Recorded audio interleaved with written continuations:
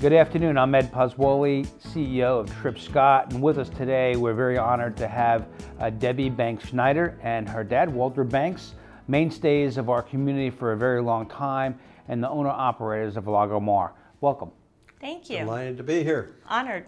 Debbie, for those everybody pretty much is familiar with Lago Mar, but for those who aren't, just give us a snapshot of what you guys do over there on the corner of the beach. Lago Mar has been family owned and operated for 60 years. We're trying to have a celebration this year. Might be a little different with social distancing, but we are located directly on the ocean. We have 10 acres of land.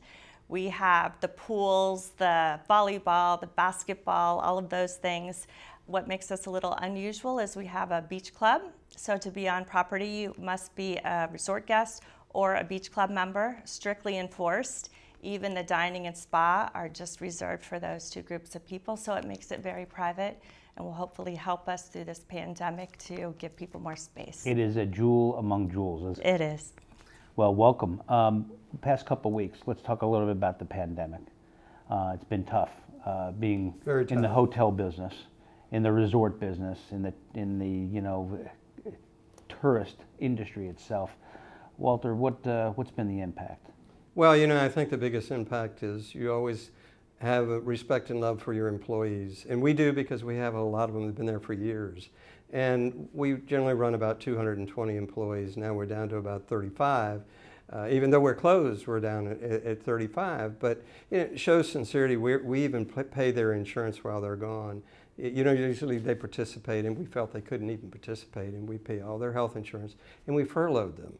So they, We can bring them right back. I can bring them right back, and we're hoping to do that maybe at the end of May. Debbie, what changes do you have to make to the hotel and the resort when guests start coming back? Well, when guests start coming back, we will probably, first of all, we will do whatever is mandated. We will fully comply. So I think that involves taking temperatures as the guests arrive, because they'll be mostly coming off of planes. We'll have hand sanitizers everywhere. We will have paper plate menus in the dining room. We can space our tables out as we're supposed to. We do have the 10 acres of land, which gives us a lot of space, as there's only 204 rooms, and then a beach club not open to the public. And the beach in front of the resort is just expansive, Humongous. right? So you can social Humongous. distance without any real problem. Exactly. There's so many nooks and crannies and space to put tables out there. So I think that we'll be able to do a good job. We also are low rise. We have the exterior corridors. So if people don't want to use an elevator and don't want to, go through an interior corridor, they'll be more than happy to be there. We can put them on the lower floors. You don't have to take an elevator. And you have dining outside? Dining which is outside. helpful? After you check in, you really don't need to be inside to have an amazing stay there. Right, and I think that's really an important point. That's a real good point.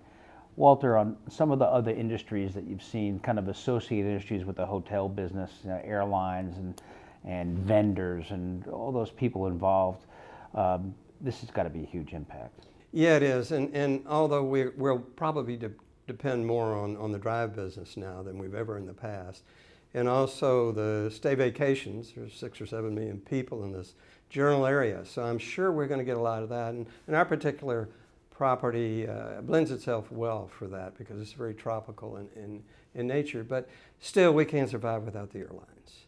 And the airlines are not going to fly to Fort Lauderdale unless they have the restaurants and they have the shopping. So things have to be open before they're going to come. And the beaches. And the beaches, of And course. the beach. And when do you think the timeline will be? We're hoping June 1st is kind of a magic date. We would love for it to happen sooner, but we're realistic and thinking June 1st would be Kind of arbitrary. For a hotel opening? Yes, set that up for June 1, because you got to have a set point, because we got to bring staff back. Right, you got to be prepared. Yeah. So guests show up and you've got to be ready. Right.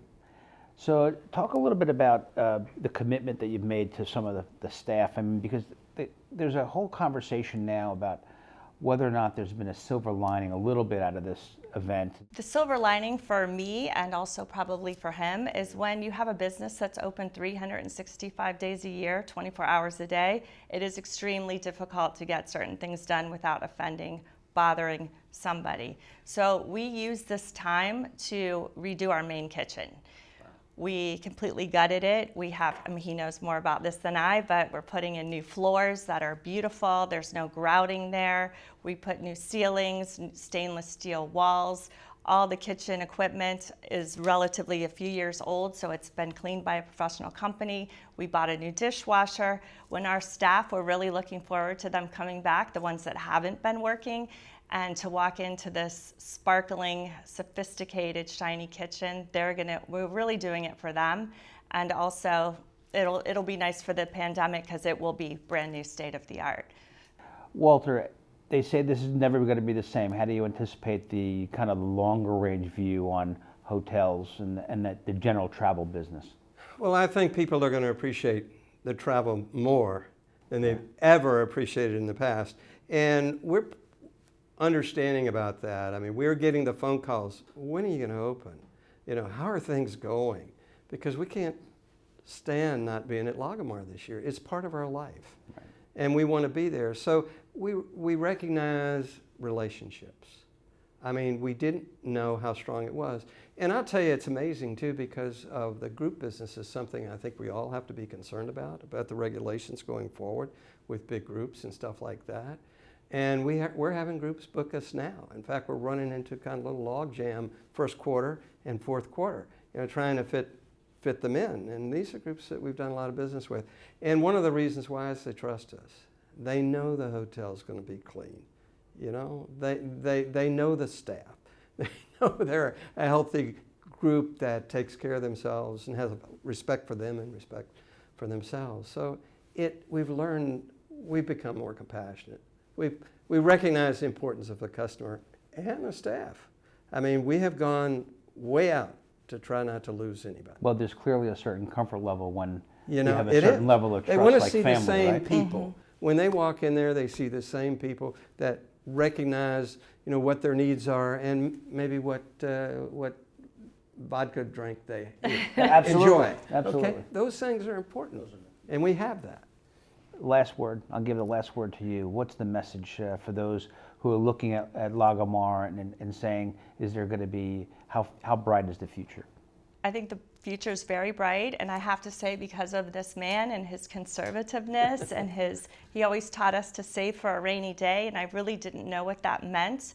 But luckily for us, we have a reserve, and we will be here for another 60 years, hopefully. But our message is people are begging to come. They really want to come back to Lago Mar, the members and the guests. And the minute that we can, we'll be open. And we can't wait to see you, and we can't wait to celebrate our 60th year in business in some way. Well, with that's going to be the last word. I want to congratulate you on your 60th year. Let's hope to make it as much of a celebration as we possibly can. And thank you both for coming in. It's an honor to be here. Thank you so much.